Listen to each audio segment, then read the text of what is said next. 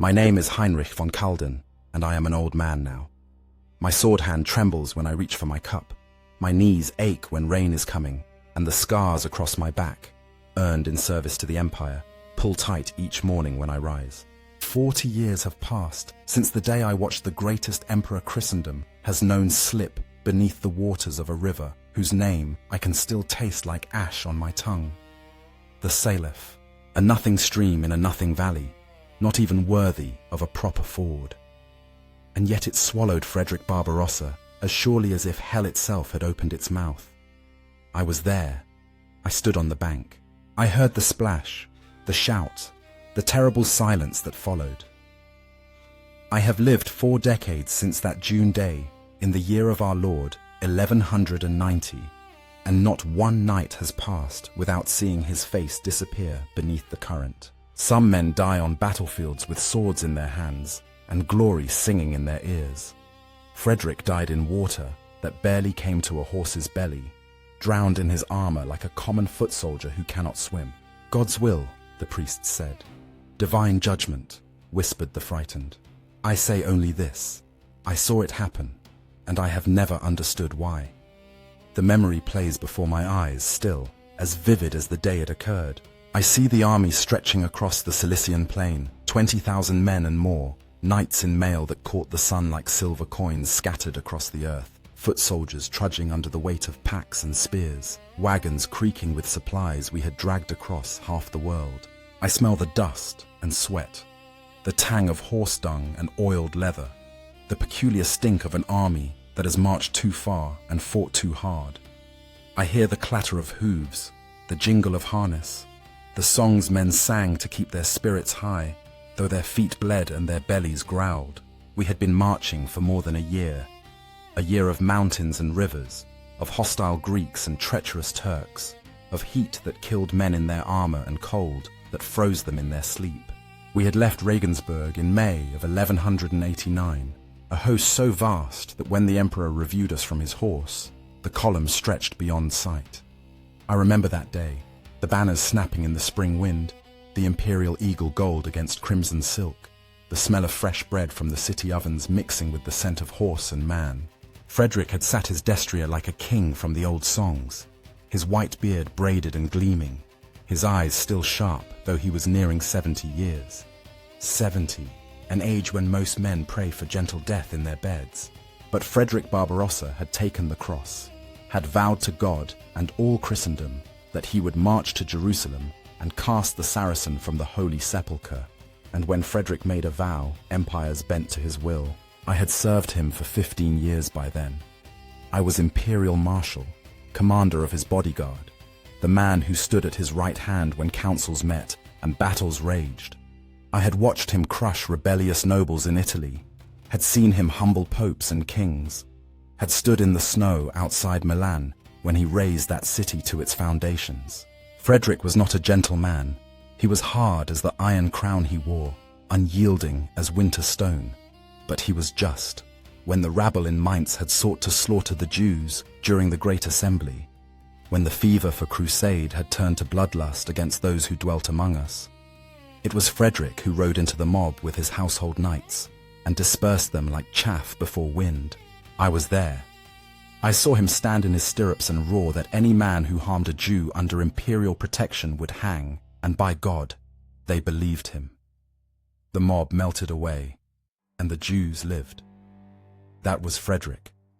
Terrible in his wrath, but bound by law and honor in ways that lesser men could never understand. We marched through Hungary without incident. King Bela gave us passage and supplies, though his coffers groaned at feeding such a host. The Hungarians lined the roads to watch us pass, peasants crossing themselves and whispering prayers, nobles riding out to feast with our knights and hear tales of the wars in Lombardy. It felt like a triumph then, like the beginning of some great song that minstrels would sing for 1,000 years. How were we to know that most of us would never see Germany again?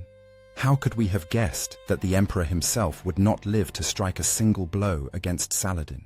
The Byzantines were the first betrayal. Emperor Isaac Angelos, that snake, that perfumed worm squatting on the throne of Constantine, treated us not as fellow Christians marching to save Jerusalem, but as invaders to be harried and bled. His troops ambushed our foragers, his governors denied us markets, his agents spread lies that we meant to sack Constantinople itself. By the time we reached Philippopolis, Frederick's patience had shattered like glass beneath a mailed fist. I remember the night he gave me the order. We were camped outside the city, and word had come that Greek troops held the castle of Scribentium to our rear, cutting off retreat and harassing our supply lines. Frederick summoned me to his tent, a great pavilion of red silk that glowed like a coal in the darkness, lit from within by candles and braziers. The air inside was thick with the smell of wine and wax, of wet wool drying by the fire. Maps covered the table, weighted down with daggers. The emperor stood over them, his face carved from shadow and flame, and when he looked up at me, his eyes were cold. "Heinrich," he said, and his voice was quiet, which meant he was truly angry. "Take your knights, take Scribentium. I want the garrison in chains and the castle in ashes by dawn." I bowed. I did not ask why. I did not question. I was his marshal, his sword, his instrument. I took 50 knights, and we rode through the night, the hooves of our horses muffled with cloth, our mail wrapped in linen to silence its ringing. The Greeks at Scribentium were not expecting us. Why would they be? They thought themselves safe behind stone walls, safe with the treacherous emperor's favor. We came over the walls like wolves into a sheepfold. I remember the sound my sword made when it bit into the first man's neck. A wet, heavy sound, like an axe into green wood. I remember the screams of the garrison, the smell of blood and smoke, the heat of the flames as we put the castle to the torch. By dawn, Scribentium was a ruin, and 20 Greek soldiers knelt in the mud with my knights' swords at their throats. I brought them to Frederick in chains. He looked at them for a long moment, then ordered them stripped and sent back to Isaac Angelos with a message: "Obstruct us again, and we will burn Byzantium itself." That was the first time I saw the shadow cross Frederick's face. Just a flicker, there and gone, but I knew him well enough to read it. He was tired, bone-tired, soul-tired, the weariness of a man who has fought too many wars and knows there are more to come. But he did not falter. He never faltered. Even when the Byzantines bled us and the winter cold killed our horses and the men muttered in their tents about turning back, Frederick drove us forward. We crossed into Anatolia in the spring of 1190, and there the Turks fell upon us like wolves on wounded deer. The Seljuks were not like the Greeks. They did not hide behind walls and plot in shadows. They came at us in the open, clouds of horse archers wheeling and loosing, their arrows falling like black rain. I saw men die with shafts through their throats, through their eyes, through the joints in their armor, where mail could not protect them. I saw horses scream and thrash with arrows bristling from their flanks. The heat was monstrous. The sun beat down on our helmets like a hammer on an anvil, and men collapsed in their armor, cooked alive inside steel shells. We lost hundreds to Turkish arrows and heatstroke before we ever reached Iconium. But at Iconium, we had our revenge. The Seljuk Sultan Kilij Arslan had gathered his forces there, his capital city gleaming white on the plain, and he sent word to Frederick that if we came closer, he would destroy us. Frederick read the message, laughed, a sound like stones grinding together, and gave the order to attack. It was the 18th of May, and the heat was so fierce that men were vomiting inside their helmets. But we formed our battle lines, knights in the van with lances couched, foot soldiers behind with shields locked, and we marched on Iconium like the wrath of God made flesh. I remember the charge, the thunder of hooves, the roar of 20,000 voices raised in fury and fear and exultation. The moment when our lines struck theirs and the world became blood and iron and screaming. My horse went down beneath me. A Turkish blade opened its throat, and it fell like a collapsing tower. And I fought on foot in the press, my sword rising and falling until my arm was numb and my tabard was soaked black with blood. The Turks broke.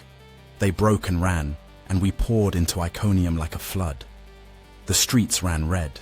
I saw things that day that I do not speak of, not even now. I saw men do things that no Christian should do, and I did some of them myself. The city burned. The screams of the dying rose to heaven, and I wondered if God heard them, or if he had turned his face away from what we had become. When the killing ended, we stood victorious. The Sultan had fled. His treasury was ours, his city was ashes, and the road to the Holy Land lay open. Frederick stood in the smoking ruins and gave thanks to God for the victory. His face was streaked with soot and sweat, his beard singed, but his eyes burned with triumph. We had defeated the greatest of the Seljuk lords. We had proven that the German army was invincible. We had avenged every ambush, every fallen comrade, every insult the infidel had offered. And in that moment of victory, I think we all believed that nothing could stop us. Not Saladin, not the desert, not hell itself. We were immortal. We were the army of God. 3 weeks later, Frederick was dead. We left Iconium in early June, marching southwest through the mountains of Cilicia toward the Armenian coast. The land was hard and dry, the roads little more than goat tracks winding through stone. But the heat had lessened, and there were rivers, cold, clear streams, tumbling down from the peaks, a mercy after the furnace of the Anatolian plain. The men's spirits rose. We sang as we marched. The end was in sight. Antioch, then Jerusalem, then home, with glory and salvation. Frederick rode at the head of the column, as always. He would not be carried in a litter like some soft princeling. Even at 70 years, he sat his warhorse with a straight back and a steady hand. I rode near him, as was my duty and my privilege. The emperor's bodyguard, 10 knights sworn to die before letting harm come to him. We had kept that oath through a year of war. We had only to keep it a little longer. The 10th of June dawned hot and bright. We were descending from the mountains into a valley where the Saleph River ran, a modest stream perhaps 30 paces wide, flowing swift but shallow over a bed of smooth stones. There was a bridge, an old stone bridge built by the Romans, sturdy and safe, but it was narrow, barely wide enough for 2 horses abreast, and the army would take hours to cross in column. Frederick looked at the river, looked at the bridge, looked at the sun climbing toward noon. Then he turned to me and said, "We will ford here. The water is nothing. No need to waste half the day waiting for engineers to argue about the bridge." I hesitated. It was not my place to question the emperor, but the current looked stronger than it appeared, and the stones beneath the surface were slick with moss. I opened my mouth to suggest caution. Just a word, just a gentle reminder that haste had cost us men before. But Frederick had already spurred his horse forward. He was impatient. He had been impatient for weeks, eager to reach the coast, eager to strike at Saladin while the victory at Iconium still burned hot. And perhaps, though I did not see it then, he was simply tired of being careful, tired of old men's caution, tired of measuring every step as if death lurked in every shadow. He had conquered empires. He had humbled kings. Surely he could cross a river. His horse entered the water. The current swirled around its legs, white foam against brown hide, and the beast took 2 steps, 3, finding its footing on the stones. Frederick sat easy in the saddle, his hand resting on the pommel, and for a moment it seemed as if my fear was foolish, as if he would cross without incident, and I would feel the fool for doubting. Then the horse stepped on a stone that shifted beneath its weight. I saw it happen. The animal's hoof slipped sideways, the leg buckled, and the horse staggered. Frederick leaned instinctively to correct the balance, but the current was faster than it looked, stronger, and the horse was already falling. There was a tremendous splash. The emperor went into the water head first, and the weight of his armor, 50 pounds of mail and plate, the iron coat he had worn at 100 battles, dragged him down like a stone tied to a corpse. I was off my horse and into the river before I knew I had moved. The water was shockingly cold, snowmelt from the mountains, and the current tore at my legs as I waded toward the place where Frederick had gone under. Other knights were shouting, splashing into the stream, and somewhere downstream I heard a scream, one of the foot soldiers, swept away in the chaos. But I had eyes only for the emperor. I saw his hand break the surface, fingers grasping at nothing, and then it was gone. I dove. The world became green murk and roaring silence, the taste of silt in my mouth, my mail dragging me down even as I fought toward where I thought he was. My hand touched something, cloth, leather, and I grabbed, pulled, broke the surface, gasping. But it was not Frederick. It was his cloak, torn free by the current, drifting empty in my hands. Other men were diving now, a dozen knights in the water, all of us searching, shouting, praying. The river was not deep. A man could stand in most of it with his head above water. But Frederick had gone down in mail, and mail does not float. The current had taken him, rolled him along the bottom like a piece of driftwood, and by the time we found him, by the time Duke Leopold's squire stumbled over the body, lodged against a rock 20 paces downstream, he had been under the water for the space of 10 heartbeats, perhaps 20, long enough. We dragged him out onto the bank. His face was grey, his lips blue, water streaming from his mouth and nose. I pressed on his chest as I had seen physicians do, forcing the river from his lungs, and for one terrible moment he coughed, his body convulsing, and I thought, God forgive me, I thought he might live. But then he went still. His eyes, half open, stared at nothing. The greatest emperor in Christendom, the man who had ruled Germany for 38 years, who had marched an army across the world to save Jerusalem, lay dead on the muddy bank of a river that did not even have a proper name on our maps. I knelt there in the mud with the emperor's body, and I did not weep. I could not weep. My mind was empty, hollow, a bell that had been struck too hard and shattered. Around me, men were beginning to realize what had happened. The shouts of confusion were changing to wails of grief, and I heard the first cries of, "The Kaiser is dead! The Emperor has drowned!" Spreading through the army like fire through dry grass. Duke Leopold stood over us, his face white as chalk, his mouth working but no sound coming out. Frederick's son, Duke Frederick of Swabia, a good man, a brave knight, but not his father, never his father, came running from the rear of the column, and when he saw the body, he fell to his knees and covered his face with his hands. I looked down at the emperor. His beard was plastered to his chest, still braided in the manner he had worn it since I first knew him. His mail was bright and clean, lovingly maintained, as always. He looked almost peaceful, as if he had simply lain down to rest, and would wake in a moment to give orders and set the world in motion again. But he would not wake.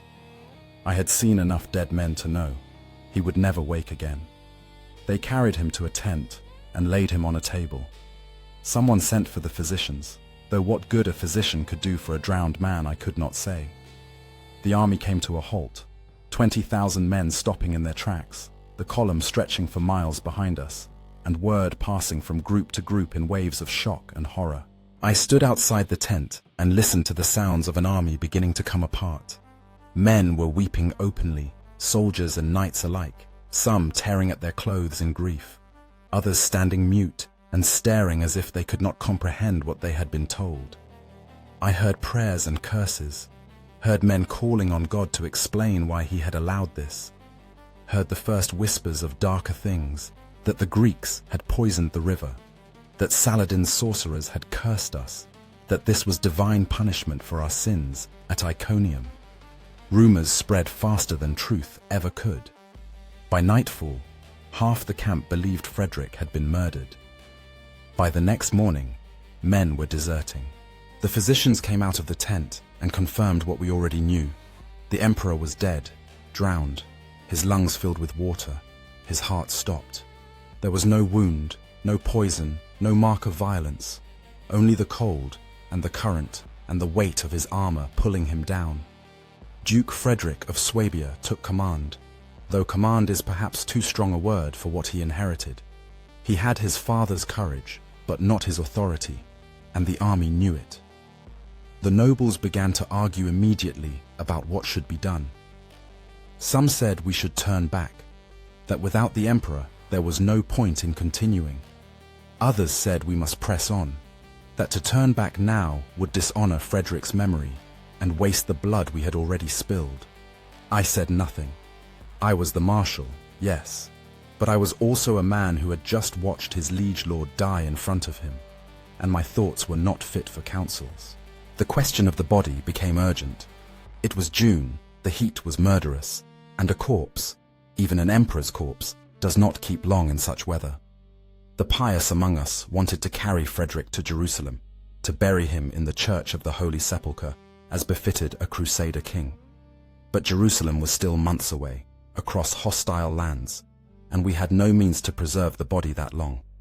Someone suggested embalming, but the army had no embalmers, no spices, no knowledge of the Egyptian arts. Then one of the German physicians, a man whose name I have forgotten, though I wish I could forget what he proposed, said that if we boiled the flesh from the bones, we could carry the skeleton to the Holy Land and bury it there. The flesh could be interred in the nearest Christian city, the bones preserved for Jerusalem. I was standing outside the tent when I heard this plan. My gorge rose. To boil an emperor like a pig for the table, to strip his flesh and reduce him to bare bone. It seemed an obscenity, a desecration worse than leaving him unburied. But Duke Frederick agreed.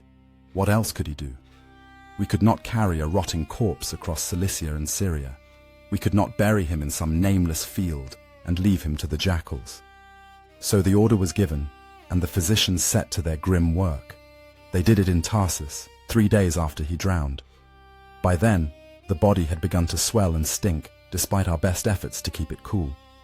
I was not required to witness the boiling, thank God for small mercies, but I could not escape the smell.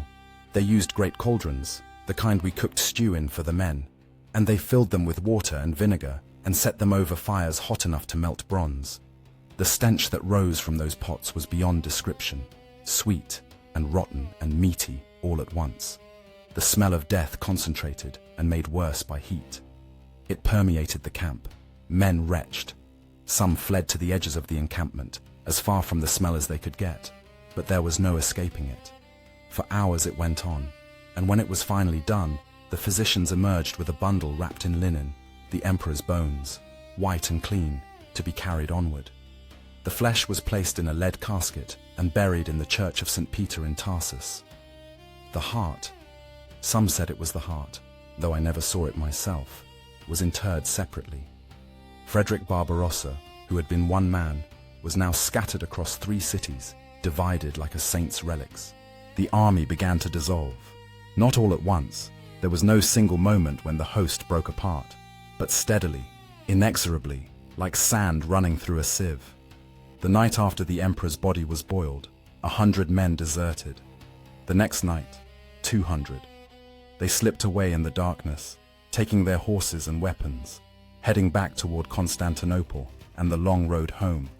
Some were common soldiers who had followed Frederick because he was Frederick, and without him, saw no reason to die in the desert. Others were knights who feared what would happen in Germany if they stayed away too long. There would be an imperial election, struggles for power, civil war perhaps, and they wanted to be there to protect their lands and interests. Duke Frederick tried to stop the desertions, posted guards, threatened to hang deserters, but it was like trying to hold water in your hands. By the time we reached Antioch in late June, the army that had numbered 20,000 at the Saleph had dwindled to fewer than 8,000. Antioch was where the sickness came. I do not know what brought it, the heat, the bad water, the despair that had settled over us like a shroud, but men began to fall ill within days of our arrival. It started with fever and flux, men shitting themselves to death in their tents, too weak to stand, crying for water that only made them sicker. Then came the spotted fever, the kind that kills in days, turning strong men into skeletons, their eyes sunken, their skin hanging loose, their breath rattling in their chests. The physicians could do nothing. Prayer did nothing. We buried them in mass graves outside the city, and still they kept dying. I fell ill myself in July. I remember the moment the fever took me. I was standing watch over the casket containing the emperor's bones, which we kept in the cathedral under guard, and suddenly the world tilted, and I could not stand. My squire caught me before I hit the floor, and the next thing I knew, I was in a bed in some merchant's house, burning up, my body shaking so hard I thought my teeth would crack. For 3 days I lay in that fever, and I saw things, visions, dreams, I do not know what to call them. I saw Frederick standing at the foot of my bed, dripping wet, his eyes sad, and he said to me, "Why did you not save me, Heinrich?" I tried to answer, tried to say that I had done everything I could, but my tongue would not work and he faded into shadow. I saw the river, over and over, the current pulling him down, my hand reaching and missing, always missing. When the fever broke, I was so weak I could not lift my head. My squire told me I had been raving, calling out the emperor's name, begging forgiveness. He did not tell me what else I had said, and I did not ask. I recovered, slowly, painfully, but many did not. Among the dead was Duke Frederick of Swabia. He died on the 20th of January in the year 1191, cut down by fever in the city where his father's flesh was buried. He was 32 years old. With his death, the last remnant of authority died as well. The German Crusade was over. What was left of the army, perhaps 5,000 men, perhaps fewer, joined the siege at Acre under Duke Leopold and the other German nobles who had survived. But we were a shadow of what we had been, a ghost army haunted by the memory of the man we had followed and failed to save. I stayed until Acre fell in July of 1191, though I do not remember much of the siege. My body was there, my sword was there, but my mind was still at the Saleph, watching the emperor drown. When the city surrendered, I took ship for Germany. I could not bear the Holy Land any longer. I could not bear the heat and the sand and the knowledge that we had come so far and lost everything for nothing. The voyage home was long and rough, and I spent most of it below decks, sick from the motion of the ship and the memories that would not leave me. When I finally reached Germany in the autumn of 1191, the empire had already moved on. Henry VI, Frederick's eldest son, had been elected emperor. The succession had been smooth, the nobles had bent the knee, and the wars in Italy and Germany continued as if nothing had happened. I went to court. I was still Imperial Marshal, still bound by oath to serve the Hohenstaufen, and Henry received me with honor. He asked me to tell him how his father had died, and I did, sparing no detail, though each word was like swallowing broken glass. He wept when I finished, and I thought that perhaps he had loved his father more than I had given him credit for. Then he asked me to continue as Marshal, and I agreed, because what else was I to do? I was a soldier. Service was all I knew, but I never forgot. I served Henry VI for 6 years, until his death in 1197, and in all that time I never spoke of the Crusade, unless asked directly. When men at court would speak of Jerusalem, of Saladin, of the glory of the Crusade, I would leave the room. I could not bear it. There was no glory in what I had seen.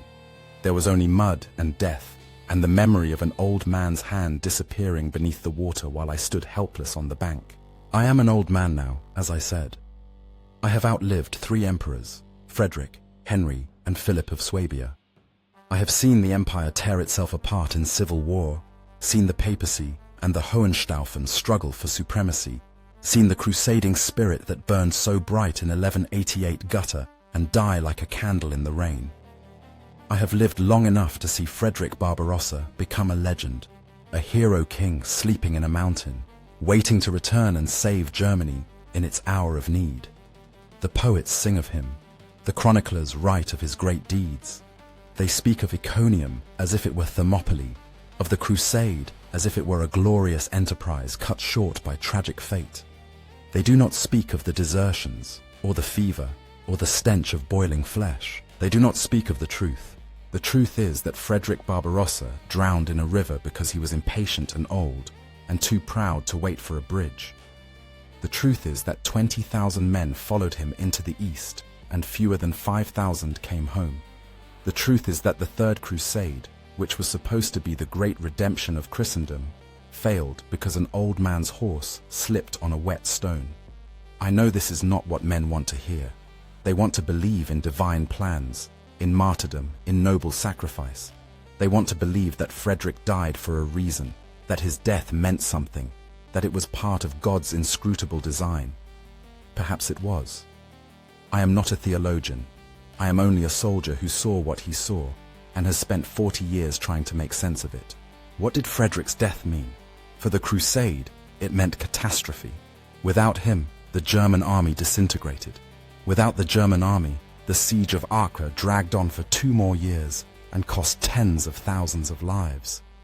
Without German strength, the Crusaders never had a real chance of retaking Jerusalem. Richard the Lionheart and Philip Augustus could not cooperate long enough to achieve what Frederick might have done with ruthless efficiency. Saladin, who had feared Barbarossa above all other Christian kings, breathed easier and lived to die in his bed 3 years later. The Holy Land remained in Muslim hands, as it does to this day. So in that sense, the Saleph was a turning point. If Frederick had crossed safely, if he had lived to reach Jerusalem, who knows? Perhaps the history of the world would be different. Perhaps the Crusader kingdoms would have been restored. Perhaps the schism between East and West would have healed, or perhaps not. Perhaps Frederick would have died of fever in Syria, or been killed in battle with Saladin, or lived to take Jerusalem only to see it fall again after his death. We cannot know. History does not offer us the luxury of seeing the roads not taken. What I do know is what his death meant for those of us who survived. It meant guilt, the guilt of men who had sworn to protect him and failed. It meant grief, the grief of losing not just a lord, but a symbol, a certainty, a fixed star by which we navigated. It meant doubt, doubt in God's justice, doubt in the righteousness of our cause, doubt in our own worth and purpose. I carried that doubt for years. I would wake in the night and see his hand reaching up from the water, and I would think, what if I had been faster? What if I had insisted he take the bridge? What if I had thrown myself into the river a heartbeat sooner? Could I have saved him? The answer, I think, is no. When a man in full armor goes into fast water, he is dead unless God wills otherwise, and God did not will it. But knowing that does not ease the guilt. It only makes it harder to bear, because it means his death was pure chance, pure accident, and we are left to find meaning in meaninglessness. The bones made it to Tyre, eventually. They were buried in the cathedral there, in a tomb that I have never seen and never will. I have heard that it is a modest thing, not fit for an emperor, but then Tyre was all we could manage. Jerusalem remained out of reach. Frederick wanted to be buried in the Church of the Holy Sepulchre, wanted to lie among the Crusader kings and the saints of old. Instead, he lies in a provincial cathedral in a city that has changed hands a dozen times since, his grave probably forgotten, his bones lost or scattered. Perhaps it is fitting. Perhaps the man who dreamed of uniting Christendom under his rule deserves to lie divided, scattered across cities he never meant to stay in, buried in pieces like the empire he left behind. Germany mourned him, though not for long. Henry VI was emperor within months, and the business of ruling does not wait for grief. The nobles who had stayed behind were relieved, I think, that the succession had been so smooth. Many had feared civil war, a replay of the chaos that followed other emperors' deaths. Frederick had been a strong ruler, but also a hard one, and there were those who welcomed a new reign and new opportunities. I was not one of them. I served Henry because I had sworn to serve the empire, but my heart was not in it. Henry was clever and ambitious, more interested in conquering Sicily and expanding Hohenstaufen power in Italy than in avenging his father or taking the cross again. He was a different kind of emperor, smaller in a way that has nothing to do with physical stature. Frederick had been larger than life. Henry was merely life-sized. The crusading movement itself never recovered, at least not in Germany. Oh, there were other crusades. The fourth, which sacked Constantinople instead of Jerusalem. The fifth, the sixth, each more futile and corrupt than the last. But the Germans never again mustered a host like the one that left Regensburg in 1189. Why would they? We had seen what happened. We had marched across the world and watched our emperor drown in a stream. We had buried him in pieces and scattered his bones across the east. We had lost half our army to fever and desertion and despair. The lesson was clear. God was not on our side, or if he was, his favor was fickle and cruel. Better to stay home, to fight local wars, to tend to one's lands and interests. Let the French and the English chase glory in the desert. We had learned our lesson. I think often about the day at Regensburg, when the army assembled, the day Frederick reviewed the troops, and the sun shone on our banners, and we believed we were invincible.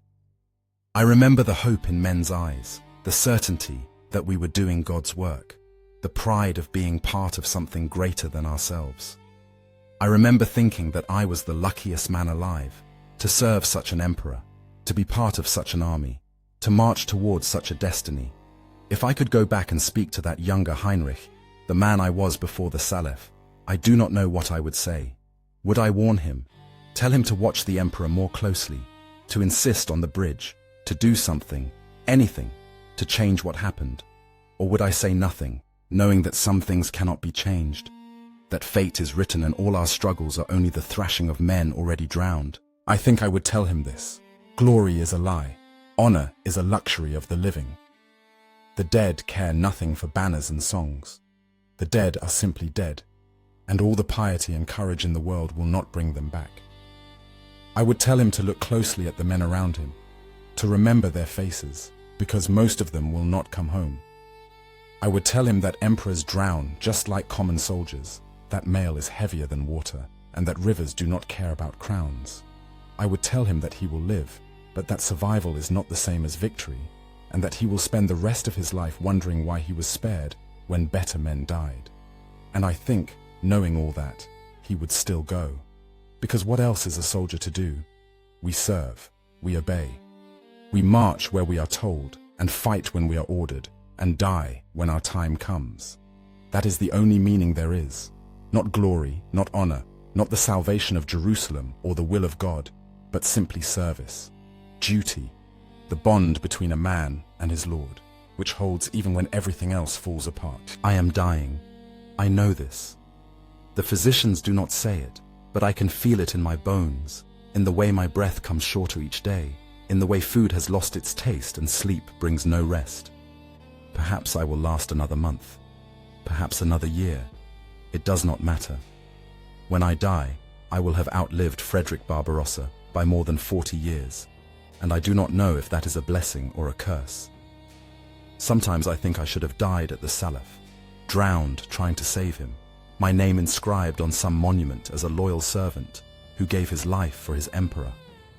At least then, I would not have had to live with the memory. At least then, I would not have had to watch the empire stumble on without him, diminished and divided, the dream of a united Christendom fading like morning mist. But I did not die. I lived. I served Henry VI and watched him die young, just 42, probably poisoned, though no one could prove it. I served Philip of Swabia and watched him murdered by a rival. I have seen the empire fall into civil war, the Hohenstaufen and the Welfs tearing at each other like dogs over a carcass. I have seen the papacy grow strong and the emperors grow weak. I have seen everything Frederick built begin to crumble. And I have wondered often whether it would have been different if he had lived. If he had crossed the Saleph safely, if he had reached Jerusalem, if he had triumphed and come home crowned in glory, would the empire be stronger now? Would Germany be united? Would Christendom be redeemed? I do not know. I know only that he did not live. He drowned, and I was there. That is my story. That is the truth I carry. Not the legend of the sleeping emperor in the mountain, not the hero king waiting to return, but the memory of an old man falling from his horse into a river too small to have a proper name. The memory of his hand reaching for help that came too late. The memory of standing on the bank with water streaming from my mail, holding his empty cloak, knowing that everything had changed and nothing would ever be the same. I will be buried in Germany, in the chapel on my family's lands, far from the east and the rivers and the heat. There will be no monument, no great tomb. I am not an emperor. I am only a soldier who lived too long and saw too much. But I have told this story, written it down so that someone, someday, might know what truly happened at the Saleph. Not the poet's version, not the chronicler's fantasies, but the truth. An old man on a horse, a river, a moment of carelessness, and the end of a crusade, the death of a dream, the beginning of an age of doubt. If there is a God, and I must believe there is, or else nothing makes sense, then perhaps he will explain it to me when my time comes. Perhaps he will tell me why he allowed Frederick to die in that particular river on that particular day, why he let the crusade fail, why he permitted so much suffering and loss. Or perhaps he will say nothing, and I will simply pass from this world to the next, and find that there are no answers, only silence. Either way, I will know soon enough. The river is rising. I can hear it in my dreams, the same sound it made that day, the rush of water over stone, the splash, the terrible quiet that followed. I am old and tired and ready for it to be over. I have carried this burden for 40 years. It is time to set it down. My name is Heinrich von Calden. I was Imperial Marshal to Frederick Barbarossa, the greatest emperor Germany has ever known.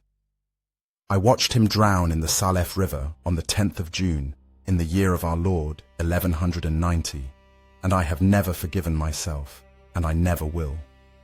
That is my story. That is my confession. That is the truth. God have mercy on us all. The fire burns low. The voice falls silent. Rest now. The history remains.